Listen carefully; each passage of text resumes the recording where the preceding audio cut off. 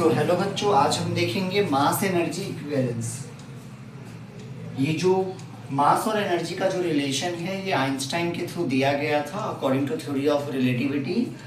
और इसमें आइंस्टाइन के अकॉर्डिंग्स ये कहा गया कि इस यूनिवर्स में जितने भी बॉडीज हैं ना, एक्चुअल में वो एनर्जी ही है, ठीक है। और जो हमारा मास है it's also a form of energy, but इससे ज़्यादा बेटर ये होगा अगर हम मास को ऐसे डिफाइन करें कि mass is a property of energy that exhibit all form of it. ये बहुत मतलब बेहतरीन डेफिनेशन होगा मास का कि mass is a property of energy that exhibit all form of it.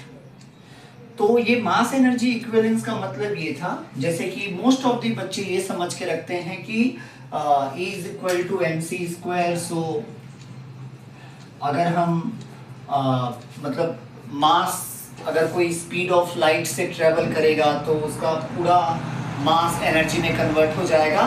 ये सही है, लेकिन ये उतना कंप्लीट नहीं है, ठीक है। अगर हम इसके और तह तक जाए, अगर और डीपली अगर इसके बारे में सोचने की कोशिश करें तो इसको इस तरीके से ज़्यादा पढ़ना बेटर रहता है फॉर अगर ज़्यादा अंडरस्टैंडिंग क्लियर करना है इस थ्योरी के regarding. That means our mass is energy divided by square of the speed of light.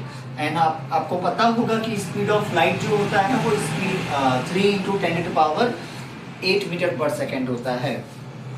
So what is mass? Hello dear students, welcome to MP science class. आज हम देखेंगे मास। सो मास क्या होता है? तो आइंस्टाइन की थ्योरी ऑफ रिलेटिविटी के according energy equal to mc square, but इसको इस फॉर्म में समझने से ज़्यादा बेटर अगर रहेगा अगर हम इसको इस फॉर्म में समझे कि mass is energy divided by square of speed of light. And what is speed of light? 3 × 10⁸ metre per second. That means हमारा जो बॉडी है यह ओवरऑल पूरी तरीका से, even not our bodies only, इस यूनिवर्स में जितने भी मास हैं या सब्सटेंस हैं, पदार्थ है, मैटर है, ये सब असल में एनर्जी से बने हुए हैं।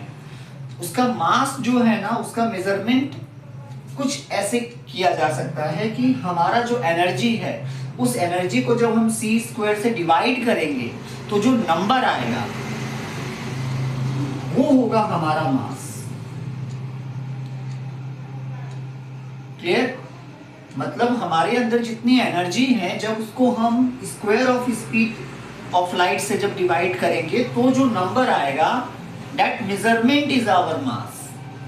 So ये बहुत अच्छा डेफिनेशन है मास का कि मास is the property of energy that exhibit all form of it.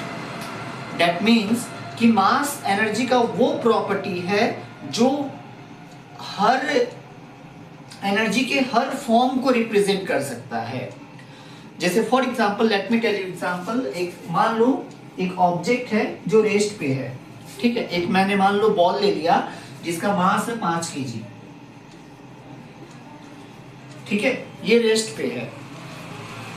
Second case में मान लो मैंने एक बॉल ले लिया जिसका मास है 5 kg, बट वो 2 मीटर पर सेकेंड के स्पीड से 2 मीटर पर सेकेंड के स्पीड से मान लो वो लीनियर मोशन कर रहा है, मतलब वन डायरेक्शनल मोशन कर रहा है।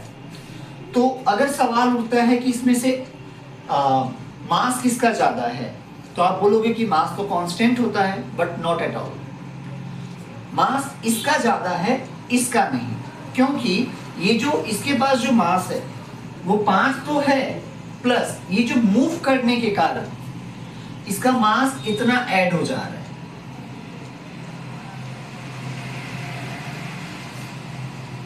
Getting my point? कुछ सम मास है जो मूव करने के कारण इसमें ऐड हो जा रहा है। So thank you so much for watching.